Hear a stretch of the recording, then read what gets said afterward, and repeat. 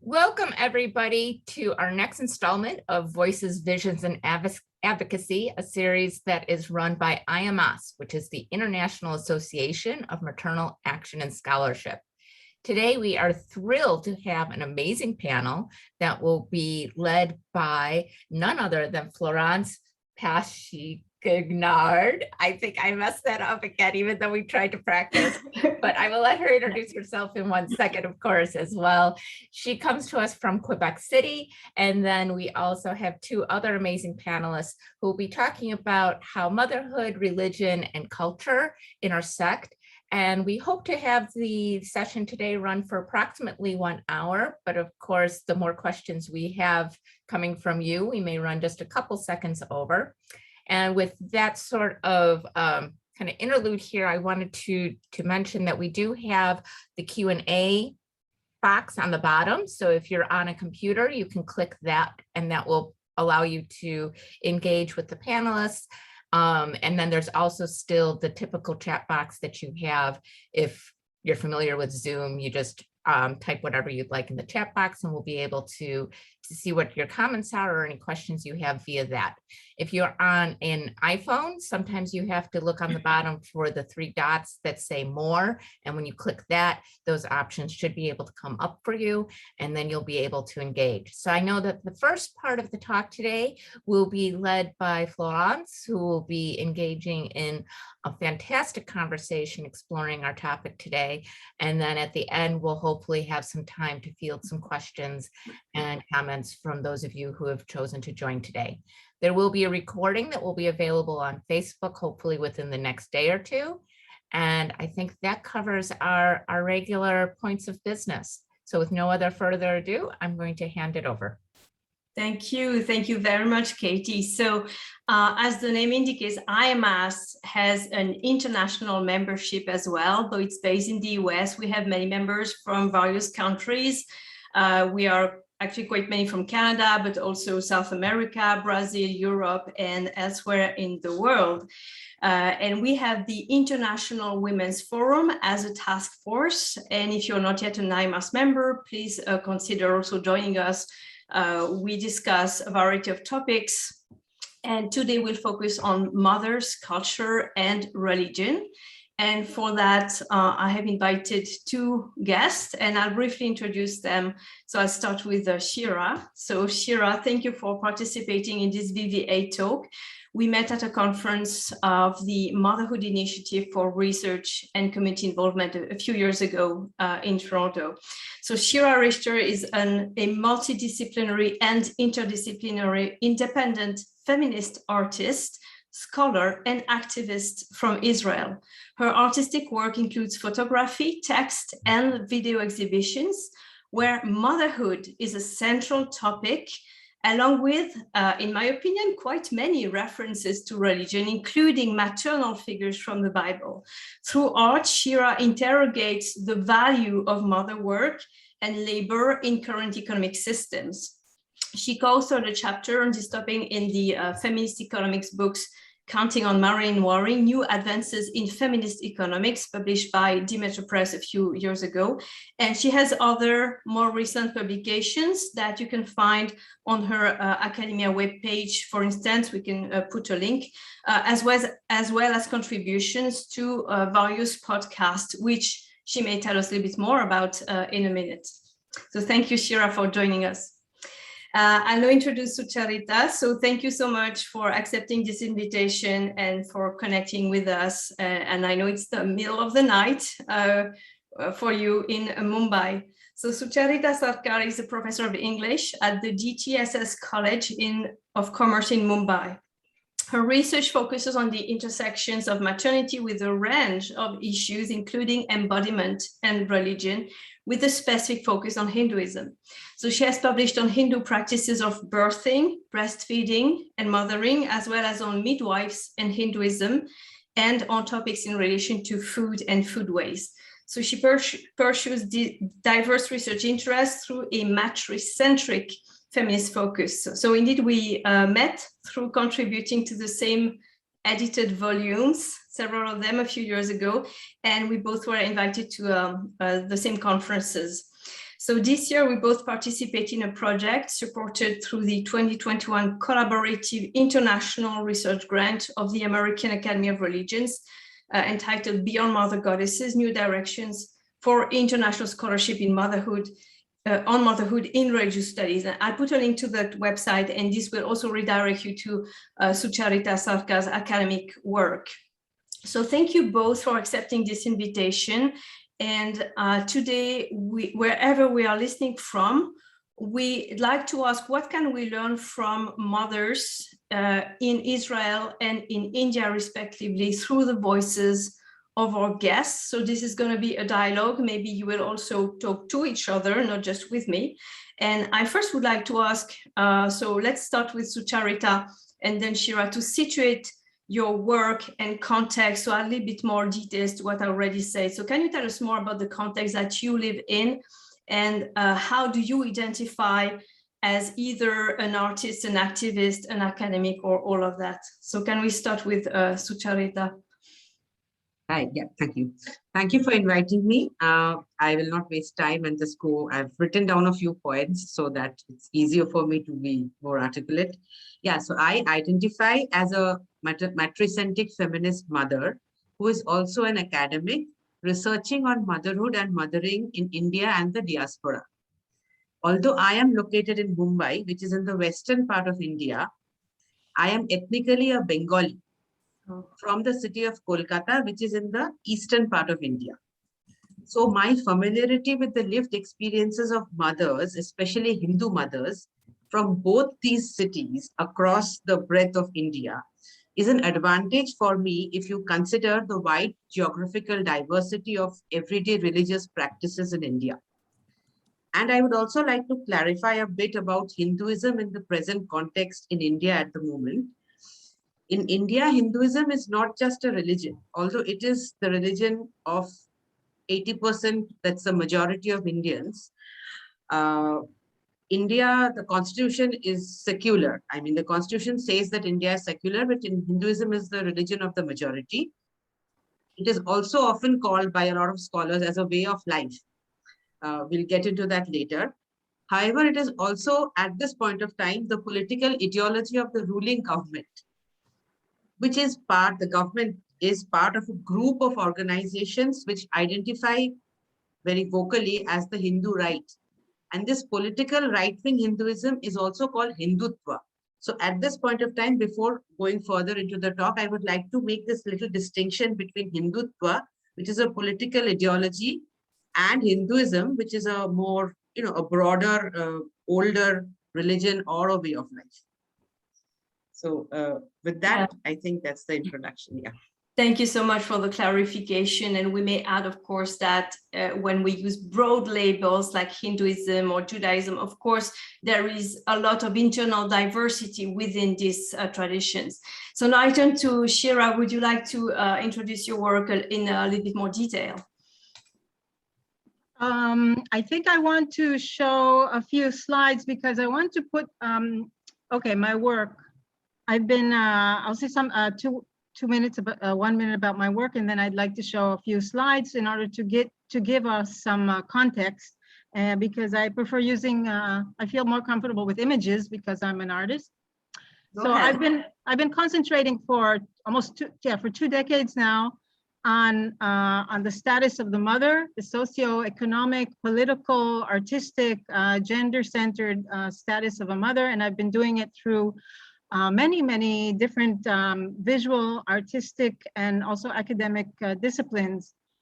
So I've been following mothers regarding the political situation in Israel, the conflict. I've been made a film about it, and then I've worked about unpaid work that mothers usually do in bringing up the younger generations, and the final focus is actually a lot on solidarity practices and ethics, how to import the ethics that are embodied in a mother's body into our social systems. So that's in one, as short as I can. So I'd like to open a screen. I just want to show what Sucharita, thank you for the introduction and the context of how it is in India. It's fascinating and it's new for me. So I want to show the context it is in Israel. And I just want to show you visually maps. So I'm going to share my screen for a minute. Let's see if I can do this well. Yeah, okay. So, okay, I want to show you what Israel looks like in order to talk about Israel. So Israel, here's a shot of the map, and you see the white part is Israel, and then you see the Gaza Strip in a little small green, and on the right you have the occupied territories, which is called the West Bank. Now, Israel is surrounded, Israel is predominantly Jewish. Israel is defined as a Jewish state for the Jewish people. It's a Jewish democracy. They are trying to put together these two things that it's almost an oxymoron, but that's how Israel is defined. It's defined as the home for the Jewish people who have been prosecuted from all over the world. So, okay, so here you see around this Jewish state, you see Egypt, Jordan, Saudi Arabia, Syria, and Lebanon, which are all Arab states and mostly Muslim. So this is an interesting place to put a little Jewish tiny state, okay? And here you have a little map about the religions in the Middle East. The small pink little thing in the middle of the map is Israel and the occupied territories. And then you see all of the Middle East, and most of the Middle East that you see religion-wise is either Sunni or Shia, a little bit Christian, but you don't have any Judaism around. So again, the context of putting a really huge minority in the middle of the Middle East is really important, and because you have two major religions, you have the Islam religion, you have Judaism. And then I just want to show, because we have an international panel here, I want to show the size of Israel regarding in comparison to other countries like India, for instance, because I'm meeting with Sucharita now. So Israel is a tiny little blue thing in this map. So you see the size is really important. The reason I start with the size is that it took me many years to understand how people who do not live here, it's really, I mean, Israel sometimes takes a lot of space in the news, but it's like a tiny sliver of a state. And it influences how I think and how we think. Or here we have Canada. Florence, you're from Canada, right? So you have this little sliver inside of huge Canada. And then I'm gonna just show you, can you see? You see it, right? Yeah. And then I go to the United States. We have Katie from United States. So you have this little sliver, this light blue sliver in the middle of United States. So you see the size regarding the United States. And then regarding religion, and I'm going to end with this. No, one more slide, and then I'm going to end this part. Israel's has a very big, diverse, has a very diverse population religion-wise, but the majority of people living in Israel are Jewish. Again, it is a Jewish state, and you are allowed to immigrate to Israel with very little questions asked if you are Jewish. Other religions have a different situation for talking regarding the law. So you have 80% people who are Jewish, and they are divided into different kind of Judaisms. And then you have 14% which are Muslim, and then you have 2% Christian, 2% Druze, and then there are other ethnics, I mean, other religions, but it's really small. So, and the last slide I'm going to show regarding context is gender equality in the Middle East. You see the blues there's more gender equality, and the yellows and light greens and whites means there's less gender equality. And if you see Israel has a little bit more gender equality than most of the Middle East. And as a woman and as a mother and as a feminist, this is also very central to what I'm going to say next. And I finished this part. Thank you very much. I hope I was clear. Thank you. Thank you for this contextualization that brings in more nuance about the importance of territory and the scale. The scale, of course, India is such a a big country now. It is as a country. So I'd like to ask you next, if you could describe in your particular context, what are the relationships between motherhood, culture, and religion, given that both of you have mentioned there's a majority, and of course there are religious and perhaps also ethnic minorities. But in terms of how religion influences the daily lives of mothers, or at least of some mothers, are there any issues, any key issues that, in your opinion, are specific to your particular national or religious context? So I'm thinking perhaps in terms of transmission of identity, maybe pressures to limit or to increase the size of families, the number of children that women have, or maybe the status given to mothers, at least to some of them. So could you say in very general terms what the relationship is between religion or religions and motherhood in your country? So can we start this time with Shira? We could start. Oh, okay. Can you hear me? Because I put on my earphones now. We can. It got noisy. Okay. Actually, what's interesting is that I thought, because I actually grew up secular, I was a bit ignorant regarding how much religion affects even me, even secular me.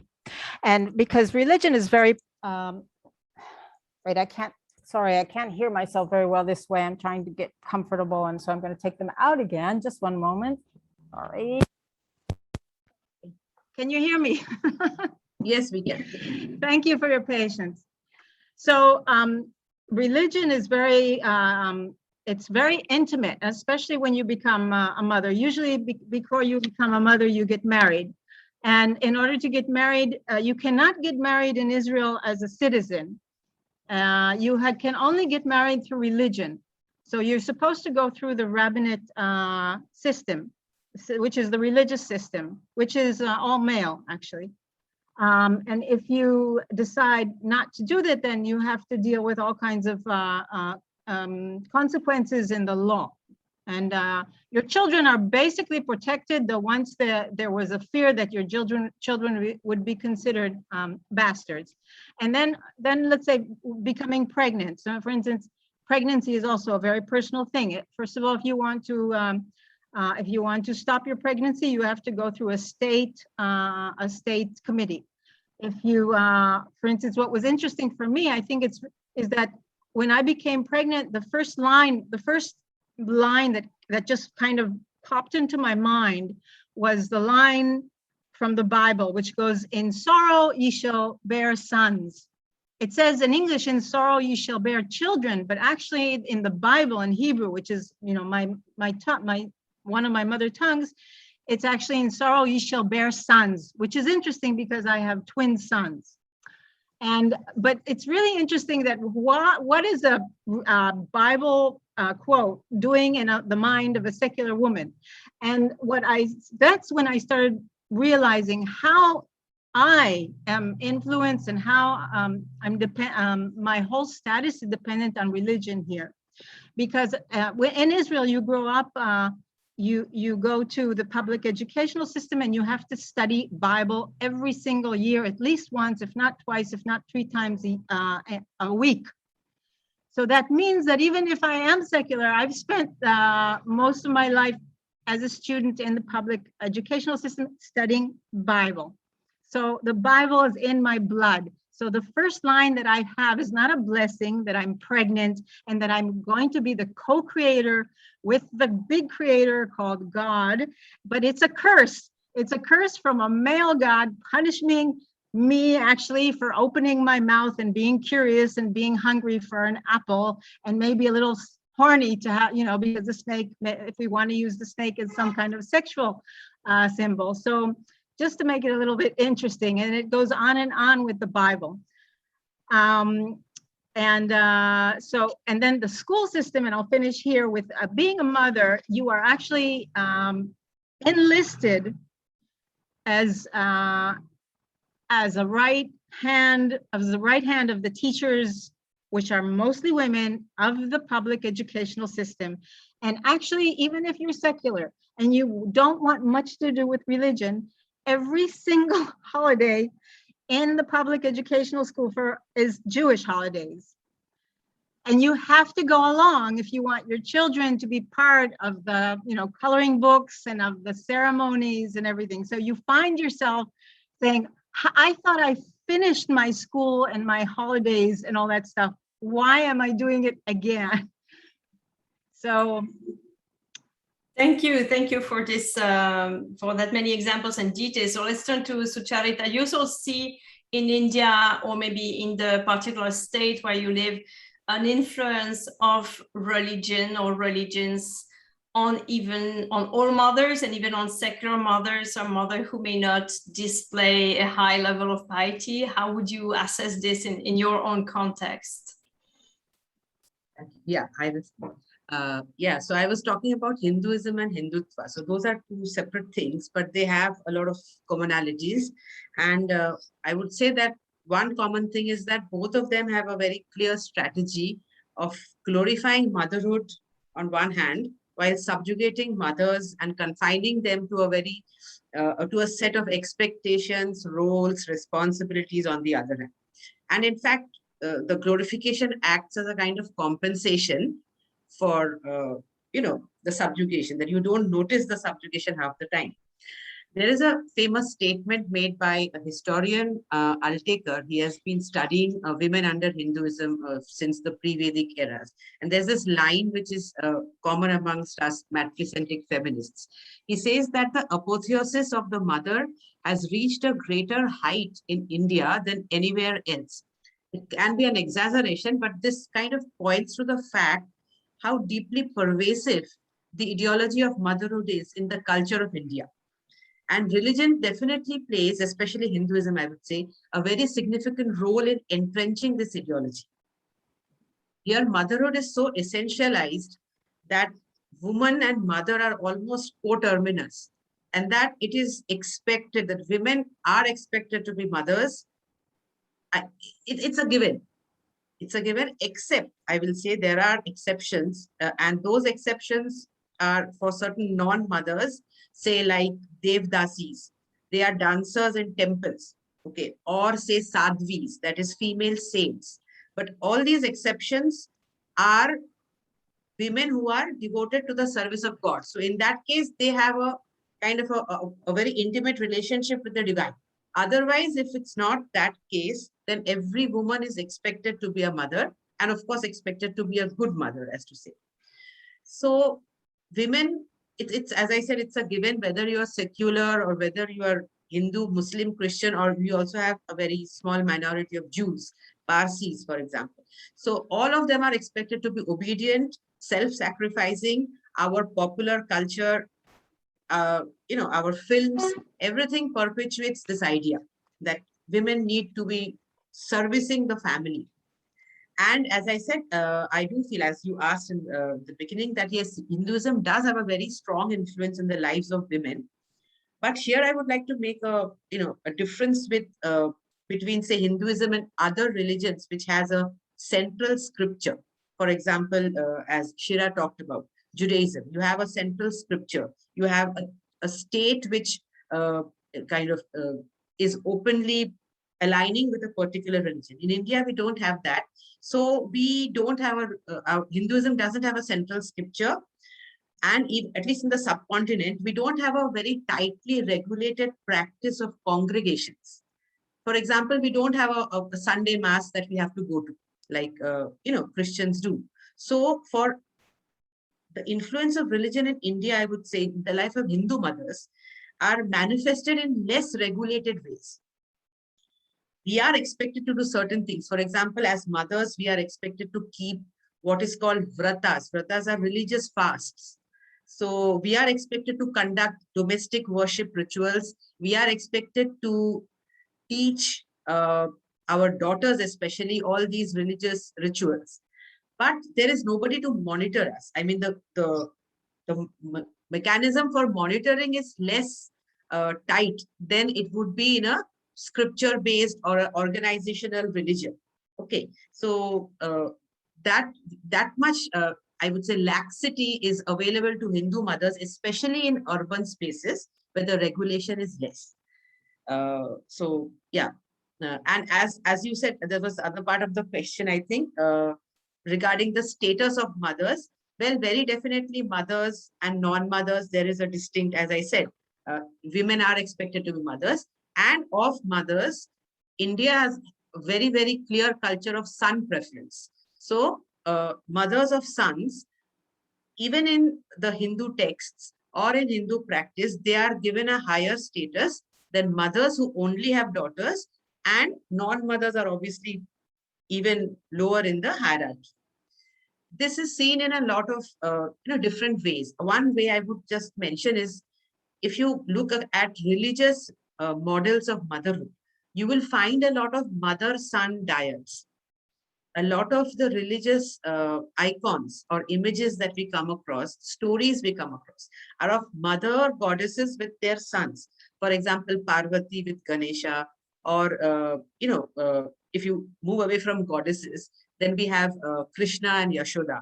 Okay, even in Hindutva, we have the main motherhood role model is Jijabai and Shivaji. So these are all mother-son models, but comparatively speaking, there are hardly any mother-daughter models. So that's one thing. And the other mention I would say is that very recently, we have been having a different kind of pressure from the Hindutva politicians. The population policy of India for a long time has been that each family should have 2 children. That's the government policy. But right now, the Hindutva leaders are pressurizing mothers to have more children because they feel that there is a demographic threat from the increasing population of Muslims in India. So that's a recent pressure, I would say, for the past few years, 8-9 years. So that's just, I wanted to mention these few points. I hope it made sense. Yes, thank you. This is very interesting. I recall the saying like "Hamdo Hamare Do" as we encourage like 2 children families. And it's very interesting to contrast what Shira said. The line she remembers is like a curse that you should bring forth sons in sorrow. And is it correct that a very traditional Hindu blessing for weddings, the bride is told, "May you be the mother of 100 sons, not 100 children." So that's quite. No, it's always sons. Yes. Yes. So moving on from there, I'd like to flip the question and ask you if, in your opinion, mothers influence or can influence culture and religion in your particular context. So are there forms of what interests us here at IMAS? Are there forms of maternal activism that are important? And does such activism develop within, at the margins, outside, or even against religious institutions? So which are the particular challenges that mothers unite to fight for in your particular country? So can we start with Sucharita this time? Thank you. Yeah, I would definitely say that there are maternal, avenues for maternal activism, both within religion and on the boundaries or outside religion. They can happen in a small, very, a domestic context, like individual mothers can always rebel. As I said, it's difficult to monitor Hindu practices because we don't have a congregational kind of a system in place. So as a mother, for example, I have never performed a vrata, single vrata in my entire life, or neither have I taught my daughters. I have 2 daughters, so I've not taught. So, but this kind of rebellion goes unnoticed unless we come together and speak about it. So we have these rebellious mothers outside the religion or on the margins of the religion, maybe meeting in across social media or in academic spaces like we are doing here, or activist spaces, but we don't have like we have the IMS, but I don't know how many members are there from India. I am one, but I don't know how. So we don't have an organization of maternal activists in India as such. We have feminists, but we don't have maternal activists. The second thing is that within the organization, within Hinduism or Hindutva, mothers definitely have a significant role to play. For example, I would just like to show you the web page of one of the largest Hindutva organizations, which is specifically a women's organization. I'll just take a minute here.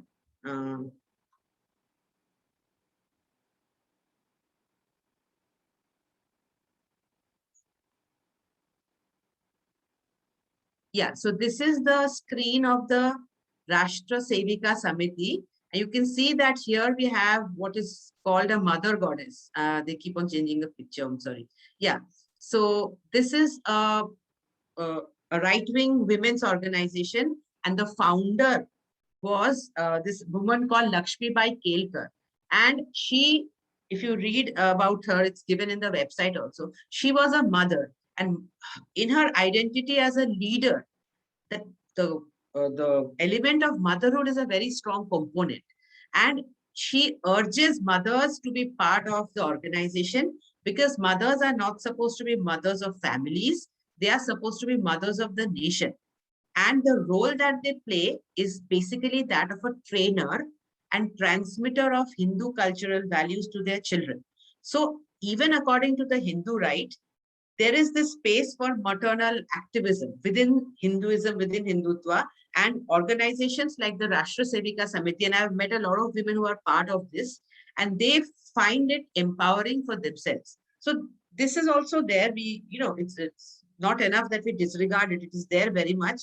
It is, they believe in this concept called Nari Shakti, that means women power, rather than Nari Mukti, which is women's liberation. So they are identifying themselves as an empowering organization for mothers. So we need to keep these two different kinds of maternal activism, one within Hindutva, within this organizational level, and the other outside by individual or small groups of mothers.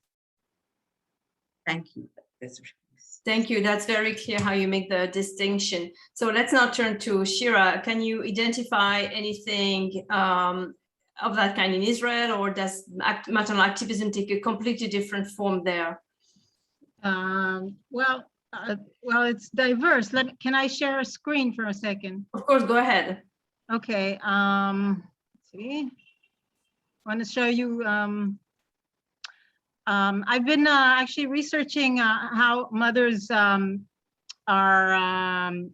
actually going underneath the scenes, behind the scenes, and doing conscious mother work.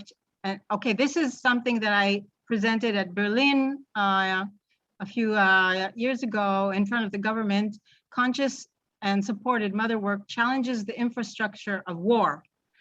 For me, motherhood and familyhood are a laboratory of socio-political, economic, and public discovery. Now, to answer the question, it's both personal and intimate and inside house, and it's also on the bigger scale. A lot of stuff that actually cannot be talked about is in what I call kind of the black market of women and mothers. So I'll go, for instance, I'm a mother of soldiers now. Okay, my two boys, twins, and they're enlisted in the Army, and the Army, it's obligatory to go to the Army, and actually that is also part of the Jewish state idea of Jews protecting Jews. Okay, so it's also, even though we think it's just political, it's not just political, it's also religious. So what you have is that you have women, a lot of mothers who are silently trying to find ways that their children will be in less harm. And I'm very, very gentle about it. And I'm saying it gently because it is behind the scenes. But it's something that it's important for me to communicate here, because I've found that a lot of things that I cannot talk about are needed to be understood if people want to understand what's going on here. But let's say historically, there are some really, I want to mention about three big stage kind of mother activisms. The one that's really close to my heart is, and now there's a documentary film made about them. There are Four Mothers. Four Mothers is the name of actually in the Passover book, Passover Haggadah. Passover is a holiday. For those who are not Jewish, it's a holiday where we read a book, and it's called, and the holiday is called Passover. And there's a mentioning of the four mothers, the four mothers who come from the Bible.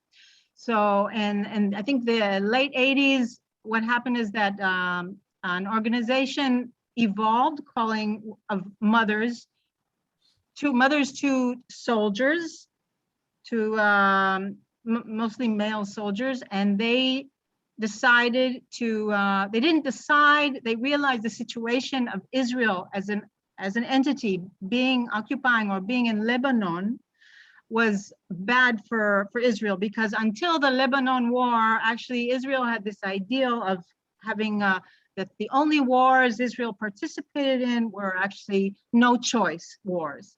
And this is important because the people, that's what made Israelis more unified. But then since the Lebanon war and onward, there are a lot of the wars are not actually, no, what's the word, that you don't have a choice. Anyhow, so the four mothers are women who got together and convinced the Israeli politicians, after I think it was several years of work, lots and lots of work, they convinced the politicians, they convinced public opinion, which was not on their side at the beginning, but eventually they convinced so many people that Israel should pull out of Lebanon, and it did. And it's called the Four Mothers. They are really close to my heart because their activism is so special and unique. And then let's see. Then one that is I want to talk about two current ones. One is Women Wage Peace. Although it's called Women Wage Peace, it's predominantly started by mothers. It actually was, it's a very big organization of women for peace. It's the biggest Israel has ever had. It was actually born because of the horrors of the 2014, using words here is complicated for me, as you all know, but some people call it a war in 2014 on Gaza, some call it an attack. It's very, for me, it's difficult to be speaking to a different audience because there are different words that each culture uses. So that's why I'm a bit stuttering, and also it's Hebrew and English. So, and then the Mothers Alliance. Okay, the Mothers Alliance is part of Women Wage Peace. Oh, that's what I wanted to show you. And it's inside of Women Wage Peace. And then you have smaller mother organizations. I want to talk about one that was also dear to my heart and is not around anymore because mothers do not have time. It was for mothers who are working, who are penalized, for women who become mothers are penalized in the job force. And they created a beautiful activist group dressing themselves up as, criminals, and they call it Motherhood is Not a Crime. But it's too much work, it's too much free work. They didn't have, they couldn't actually, their purpose is really close to my heart because it's economic. And we all know feminism is first and foremost, it should be economic so that women have freedom of choice. And our current organization, which is also dear to my heart, is called IMA. It's called Mothers Against Violence. And it's something I think that is actually connected. It's something that's relevant worldwide.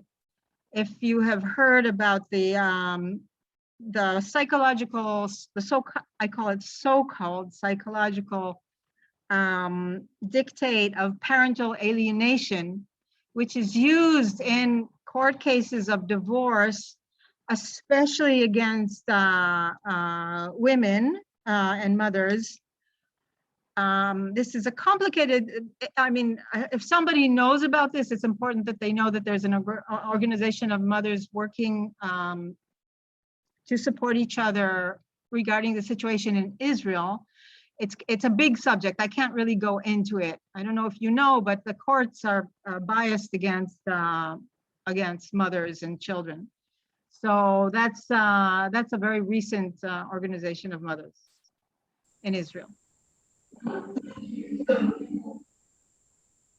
little bit on the next question, which was if you had examples of maternal activism in your local context that have been successful. So your example of the 4 mothers is, in my opinion, such an example of how mothers really changed even the political orientation on a specific topic, of course.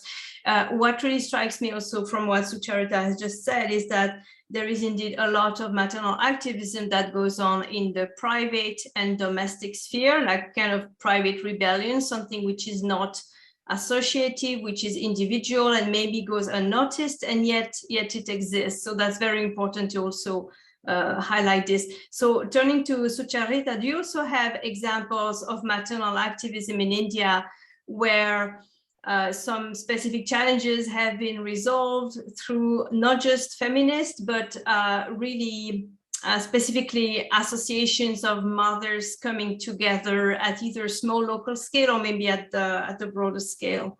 Any examples that you'd like to share with our international audience? Yeah, I would. And I'm very excited about this. And it's wonderful because it's also about 4 mothers, which kind of was such a lovely coincidence because Shira just talked about 4 mothers. Now, just to give a context, this is in Calcutta, the Kolkata rather, the city where I'm originally from. And it's part of the state called Bengal. And the biggest religious festival there is the worship of the mother goddess Durga. Okay, and it's a 5-day festival, usually happens in October, and it's the largest cultural event of the year also, not just a religious festival. So usually the tradition is that women can take part in the festivities. In fact, as devotees, they do take part in the festivities. There are lots of rituals which they perform, but the worship, the actual uttering of the Sanskrit, the verses, the mantras, is done by male Brahmin priests. Brahmin is it's the caste system in India. We have a caste system. It's the uppermost, the religious caste, the priestly caste. So it's all the religious rituals, the public rituals are done by men. But for the first time here, this year, we'll be having, these Durga Puja festivals, the worship of the Durga. They take place all across Bengal. They take place in the diaspora also, everywhere. So you have different congregations and people visit. So there is this one temple, the 66 Pali Temple in Calcutta. For the first time, they'll be having women priests. And this is something which has gained a lot of attention in the mainstream media as well as on social media, because the committee, the festival committee is publicizing this as, I'll not read the Bengali part of it. If you translate it into English, it's called Mother Goddess Will Be Worshipped by Mothers. And they're having 4 women priests. So I did a bit of research on these 4 women priests, and they're all mothers. In fact, all of them are Sanskrit scholars. So they are following the scripture in very detailed ways. And I found out that they have been doing this kind of priestly work for quite a few years. The central priestess, I would say, she identifies as a priestess. She is an ex-professor of Sanskrit, which is the language in which the Hindu verses are written, the religious verses are written. And she has performed several, not just worshipping festivals, but also several rituals. For example, she has performed the rituals for her own daughter's weddings. So this group of 4 mothers, and the media is also highlighting them as, as mothers challenging the Hindu patriarchy, as mothers storming a male bastion. So that kind of activism is being kind of projected by the media as a positive thing. So I just share the screen. I just wanted to show you one picture of this, the main woman of this entire group. Her name is Nandini Bhaumik. One second. Yeah. This is the Durga Puja festival, pictures of the Durga Puja. You can see it's on a very large scale. So you have this goddess Durga with all her children. And it's as I said, it's a 5-day festival. This is the 66 Pali, the temple I'm talking about. You can see this is the slogan that women, the mothers will be worshipping the mother goddess. It's written in Bengali here. And this is the lady. I'm not very sure whether you can see her properly. She is here. This is her daughter and son-in-law. So her name is Nandini Bhaumik, and she's performing the rituals for her daughter's wedding, which is again very radical thing, because it's really, really, I mean, it's never really happened before. So I would say that this is an instance of maternal activism very much within the boundaries of established Hinduism.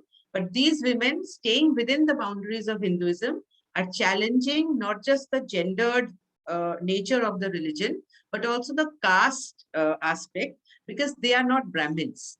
Out of the four, one lady is a Brahmin, the others are not, and they do not use their surnames, which is the caste marker. The names are not, the surnames are the caste markers. So they openly say that we are going against the gendered and casteist nature of Hinduism. And they also, there are other ways in which they rebel. For example, they openly say that even if we are menstruating, we will be worshipping. Again, this is a very big taboo. Women are not allowed to perform even domestic rituals during their periods. So performing a puja when they are menstruating and openly admitting this is again a very, I would say, a radical change. And they clearly say that menstruation is a very important bodily function related to motherhood, which is why we would like to celebrate it rather than, kind of make it a taboo thing. So I found this a very interesting case of maternal activism, and coincidentally, it was 4 mothers, as Shira's example also showed. So I think I found it interesting. Thank you. That's fascinating. I'd like to react for a minute. That's fascinating to me. And also what you said before, Sucharita, about how the status of a mother is put up in order to ignore the low status, which is the same thing in Judaism. There's this, it's not a prayer. It's kind of something that's said every Friday, that the husband says it to the wife. He says, woman of valor. Actually, and in Hebrew, actually, the word is valor is not really valor. It's more like almost military woman.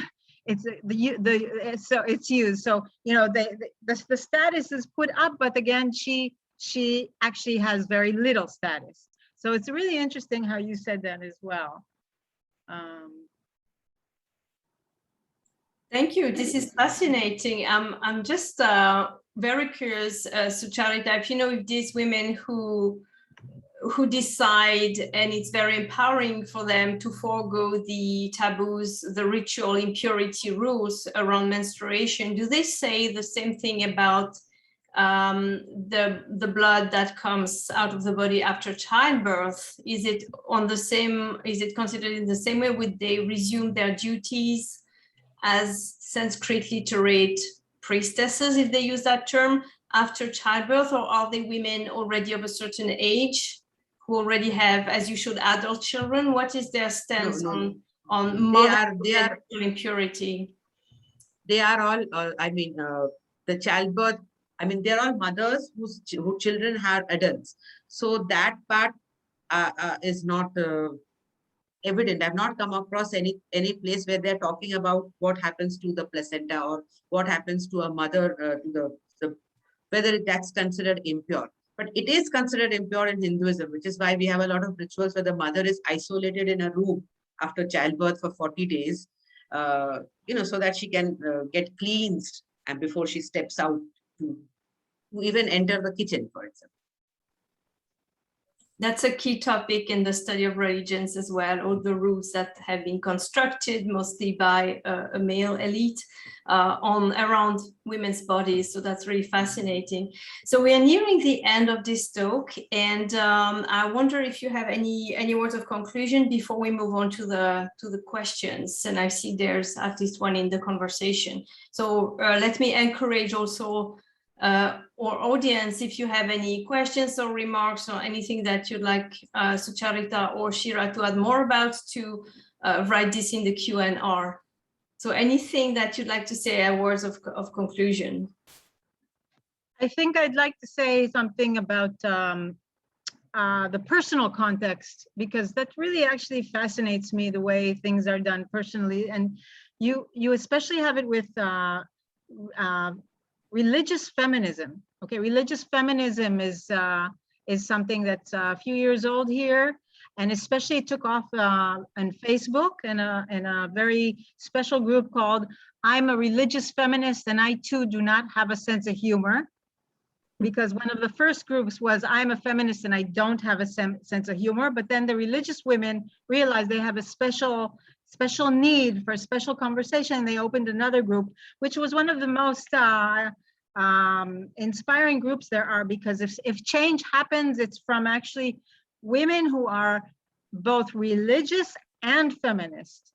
Because it's almost, you'd think it doesn't go together, but that a lot of these women say, I want to be Jewish and I want to be part of the religion, but I want the religion to be more for me. I want to be able to take the scriptures. I want to be able to read the scriptures. I want to be able to study the scriptures. I want to be able to give the scriptures my way of analyzing the scriptures. I want to decide how to, if I need to go to clean my body, how I clean, what are the conditions that I need. And for instance, that's very personal, but there was a big law case that changed how women go to the places where you purify. It's called a mikveh, and they had to do it according to a certain religious dictate. And they said, it is a personal thing. Each woman wants to do it her own way. And so it started as something very personal and intimate and became a lawsuit, and they won. Now women supposedly can go to these mikvaot and purify themselves according to their specific tradition. In Judaism, I'm talking about Judaism. That's really fascinating how there's this reclaiming also of the body and of the maternal body, or functions of the maternal body, how it's constructed. So Charita, any more of conclusions that you'd like to add? So yeah, I would I agree with Shira that these personal interventions in religion, reclaiming the religion in our own ways, is very important. Because if you look at it, the number of mothers who are outside religion, and at least in my context, and the number of mothers who want to be inside religion but change it, I mean, the latter part is a larger number. So if we have role models like Nandini Bhaumik, if we have role models like the ones Shira is talking about, then that gives mothers a space within religion to change it according to their own individual instincts or desires or wishes. So that's important, which is why, again, I thank all of you for having this kind of international conversations. I mean, cross-border conversations. We have been talking about transnational feminism since the days of Chandra Talpade Mohanty and Karen Kaplan and Inderpal Grewal. But even matricentric feminism can benefit from it. I mean, I think it already is collaborative, but the more it is, it's going to benefit all of us, whether from the scholarship point of view or whether from the activism point of view. Thank you. So I think we can move to the questions that we've received, and I see one which I'm going to read. So maybe for both of you. So how does class status overlap with ideas about motherhood and or religiosity? I'm thinking in part about working motherhood, education level, and political party affiliation. So can you speak to that? Do you see any overlap, any relationship between class and these ideas about motherhood and religion? Can you identify maybe a specific layer in the population that would adopt religious ideas of motherhood more so than other layers of the population? Or is it not something that people consider in your particular context? That's it. Yes, and you can see the question in the Q&A. I can see it. Yeah, it would normally be easy to assume that, with women who are more educated will be more openly rebellious in terms of religion.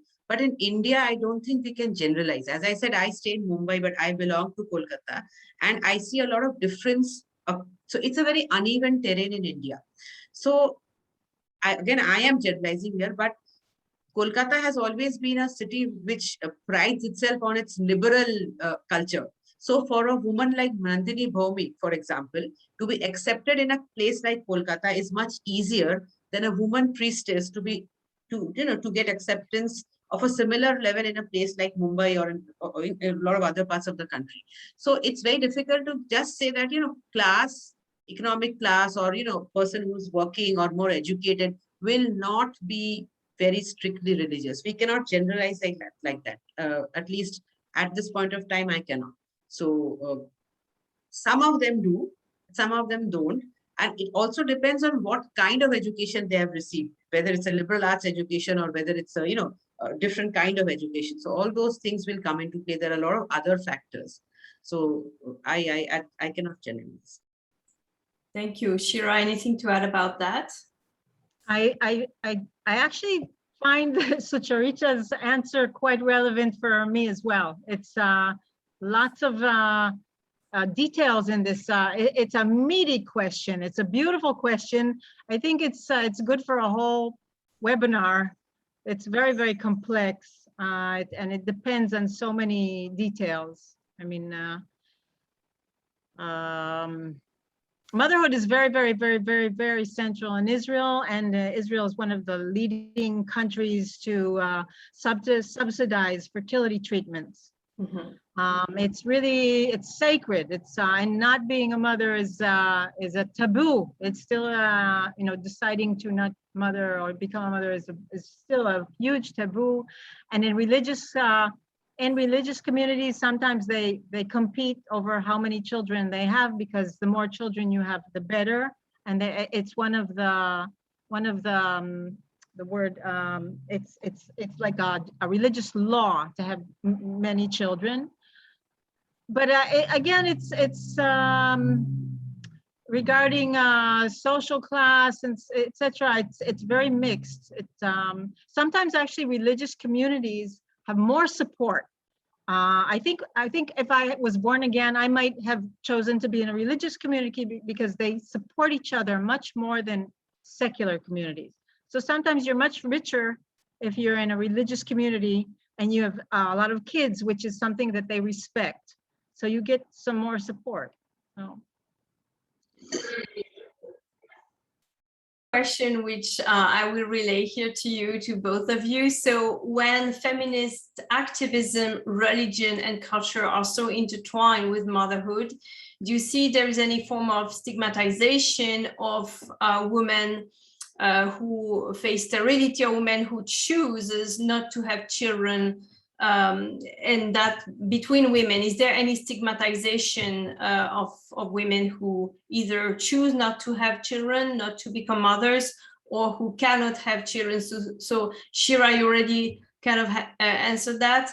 Sucharita, can you say a little bit about that? And this might tie to your work that you've done on surrogacy in India. So can you address maybe this question of not being able to have children? Yeah, the stigmatization of non-mothers, I mean, women who either cannot or don't want to be mothers is very, very pervasive. It starts with Hindu scriptures.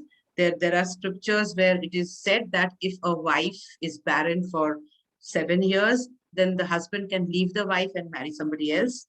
So it is very clear that if you are a non-mother, you're a failed woman. So it's very clear there. And that was like many, many thousands of years ago. But even in today's context, if we have non-mothers, that is worse than trying to rebel as a mother within the Hindu context. Like, for example, it is better to be a Nandini Bhaumik, have 2 children, and then try to be a priestess than to not have children at all. So the kind of positive reception Nandini is receiving is also tied to the fact that she is a mother. And, if she was a non-mother, those kind of women face a lot of stigmatization, either openly or covertly. It is always there. It's very, very very pervasive. It's not just religion, it's everywhere, in every part of life. That's fascinating. I really want to jump on the train as well, because we wanted to look on similarities, what's similar, what's different. I taught a class in doing small advertising, and someone made a little film about young people who have decided to not have children, and they were interviewed in silhouettes, meaning you could not see them. And I was like, wow, I mean, they're so ashamed that they're not even willing in a small student film to identify. And she said, yes. And then after a few months, I contacted her because I wanted the film. I wanted to show it in a conference or something. And she said, oh, I can't give you the film. I said, why can't you give me the film? She said, because I've promised all the people who in the film that I will never show this film anywhere except in my class. And I said to her, okay, wow. I said, but nobody is, no, you can't see them at all. They're in a silhouette. You know, they're not identifiable. And she said, no, I can't. And I said, it's that bad. And they said, yes, it's that much shame to decide in our culture to not become a parent or a mother, especially mothers. Thank you. That's really fascinating. And these are also issues that actually one of my students will be working on, women who decide not to have children and how they are perceived by their religious community. So we are nearing the very end of this very rich conversation. And I think we could go even deeper into some of the topics. We haven't talked about, or maybe not so much about mother goddesses and the absence of a goddess, or the erasure of a goddess, maybe in some traditions, but there are so many topics that we could pick up from there. But I think we have to stop for today, unless Katie says otherwise. I want to thank both of you for joining us from Israel, Shira, and from Mumbai, India. Sucharita, in the evening and middle of the night. Thank you so much for what you brought to the conversation, and I'm really looking forward to continuing these discussions. And again, let us remind the audience that we have a task force at IMAS called the International Women's Forum, and this would typically be the place where we can discuss transnational maternal feminism around these issues. So I stop here and give back to Katie. Thank you so much to everybody here. This was truly enlightening. There is so much that I think these conversations offer, specifically because while you can gain knowledge through books and you can get the knowledge in those ways, it lacks the nuance and sort of the understanding that comes from living in a culture and explaining what one's own personal experiences are in that culture. And so I appreciate the work everybody here has done to make this happen today. And of course, to IMAS as a whole, we very much welcome these conversations, and we'll be continuing conversations such as these at our conference that will be taking place September 24th to the 26th. I know that many of us are looking forward to meeting one another in this virtual space again. And I thank you again. Of course, if you'd like any further information, you can find out more on our website, which is iamas.com.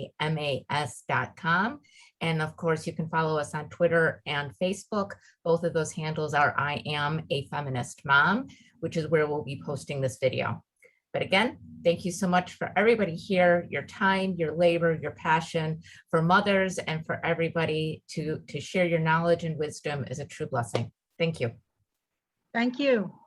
Thank you so much. An honor. Thank you. Bye.